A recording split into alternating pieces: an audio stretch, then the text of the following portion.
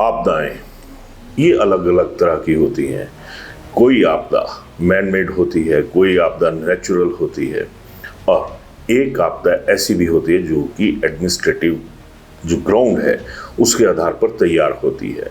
अभिवादन स्वीकार करें, मैं उदय पठानिया।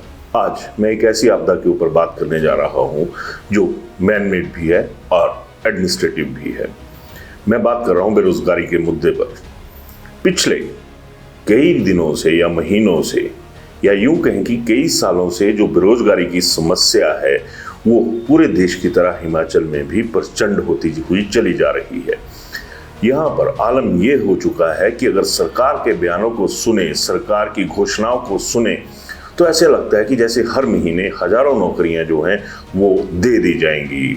लेकिन असल में हो क्या रहा है, ये थोड़े से आप कुछ एक दृश्य देख लीजिए। आपको नजर आ रहा होगा कि हमीरपुर में JOIT 817 के जो अभ्यर्थी हैं वो लगातार यहाँ पर बैठे हुए हैं, और इनके बाबत भी कई बार सरकार ने घोषणाएं कर दी कि आज जो इनके नतीजे हैं वो घोषित कर दिए जाएंगे, इनका परिणाम घोषित कर दिया जाएगा और आने वाले दौर में इन्हें जो नौकरियां हैं वो मिल जाएंगी। लेकिन दिन, महीने, साल जो है वो एक तरह से बढ़ते चले जा रहे हैं और इन युवाओं का जो दिल है वो घटता हुआ नजर आने शुरू हो चुका है। अब सवाल उठता है कि सरकार अगर ये कह रही है कि इतने हजार पद, इतने हजार नौकरियां हम वहां पर दे रहे हैं, तो वो नजर क्यों नहीं आ रही? अब शायद यही वजह है कि जिस तरह से आम बेरोजगार युवक युवतियों का मजाक बन रहा है, उसी तरह से अब विपक्ष भी हिमाचल में इसका मजाक बनाने शुरू हो चुका है। हाल ही में नेता विपक्ष और पूर्व मुख्यमंत्री जयराम ठाकुर का एक बयान आया कि रोजगार के संदर्भ में सिर्फ बयान आ रहे हैं, परिणाम नहीं आ रहे हैं। बात जायज है, इस चीज से इनकार नहीं किया जा सकता, लेकिन नेताओं की बात पर भरोसा करें भी तो क्यों? क्योंकि जयराम सरकार जब थी तब भी यही हालात थे, आज सुखविंदर सिंह सुक्खू की सरकार है तब भी वही हालात है। और हालत खराब हो रही है तो सिर्फ युवा वर्ग की और उन लोगों की, उन पेरेंट्स की जो अपने बच्चों के रोजगार के लिए यहाँ पर एक तरह से टकटकी लगाए हुए सरकार की तरफ देखते हुए नजर आते हैं। हैरानगी की बात है कि अभी भी वही आलम है जो बीजेपी की सरकार के वक्त था।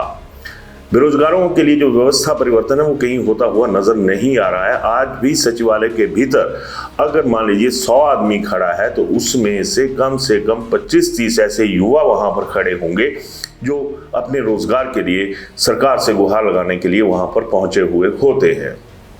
फिर सवाल उठना जायज है कि आखिर नौकरियां जा रही हैं तो कहां पे जा रही हैं? अगर उनकी घोषणाएं हो रही हैं तो वो कहां पर हो रही हैं और उनका फायदा क्या बेरोजगारों तक पहुंच रहा है? हाल ही में एक खबर थी, एक दिव्य हिमाचल के जिला ब्यूरो प्रमुख हैं नीलकांत, हमीरपुर में, उन्होंने एक खबर की कि एक पोस्ट कोड के तहत जो होम गार्ड हैं और अग्निशमन विभाग में कार्यरत हैं, उन्होंने एक टेस्ट दिया था और आज तक उसका नतीजा नहीं निकल पाया है।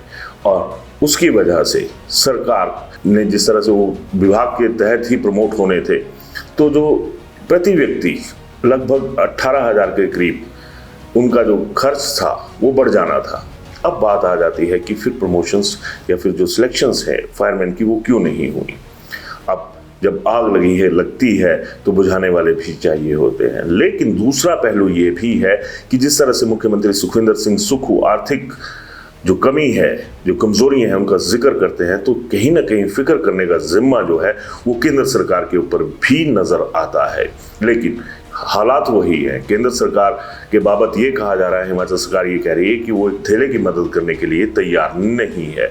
फिर जो व्यवस्था परिवर्तन की बात सुखविंदर सिंह सुक्खू की सरकार कर रही है वो कैसे होगा? क्योंकि उसके लिए जो एक फौज चाहिए, एक फोर्स चाहिए, वो तो नियुक्त हो नहीं रही।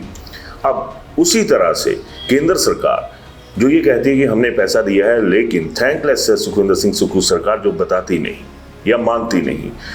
चलिए, आप दोनों की अपनी जंग है, केंद्र की और प्रदेश सरकार की।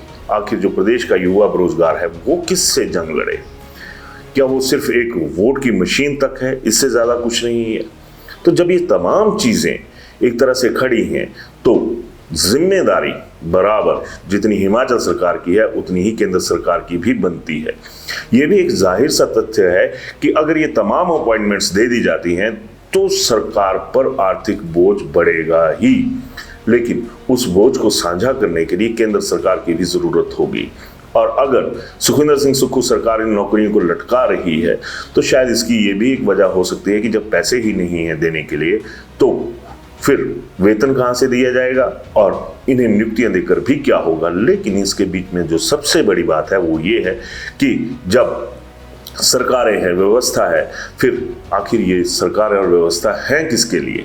अगर आप लोग रोजगार नहीं दे सकते और रोजगार की आग में, रोजगार की भट्टी में अगर युवाओं के सपनों को ही, युवाओं की जिंदगियों को ही लकड़ी की तरह झोंकना है तो इससे खराब उदाहरण तो छोड़िए, इससे खराब कोई एक तरह से किस्मत किसी की नहीं हो सकती। आज पूरा प्रदेश नौकरियों के लिए चीख रहा है। प्रदेश सरकार अपनी मजबूरियां गिनवाती है और केंद्र सरकार कहीं ना कहीं अपना जो बाहुबल है धन का, उसको दिखाती हुई नजर आती है। लेकिन ये बेरोजगार युवा किसी के लिए नजर में नहीं आते। ये सबसे शर्मनाक पहलू है। इस मुद्दे पर अपनी राय मत दीजिएगा, थोड़ा सा प्रेशर बिल्ड कीजिएगा कि आखिर हम हैं तो सरकारें हैं, चाहे वो केंद्र की हो चाहे प्रदेश की हो, जिम्मेदारी तो इनको लेनी ही होगी। धन्यवाद। गोल्ड कड़ा या टेम्पल ज्वेलरी लेना चाहते हो तो ये है बेस्ट ऑप्शन। हिमाचल का popular jewellery brand Bhushan Jewellers कड़ों की कलेक्शन में टेम्पल ज्वेलरी, शीट कड़ा, मीना वर्क गोल्ड कड़ा, गेरू कड़ा, ऑक्सीडाइज्ड गोल्ड कड़ा, बैंगल जैसी widest collection lowest making charges के साथ आपको बेस्ट प्राइसिंग में दे रहा है। तो अगर आप भी चाहते हैं गोल्ड कड़ा या टेम्पल ज्वेलरी खरीदना तो जरूर विजिट कीजिए भूषण ज्वेलर्स, लोअर बाजार, सोलन।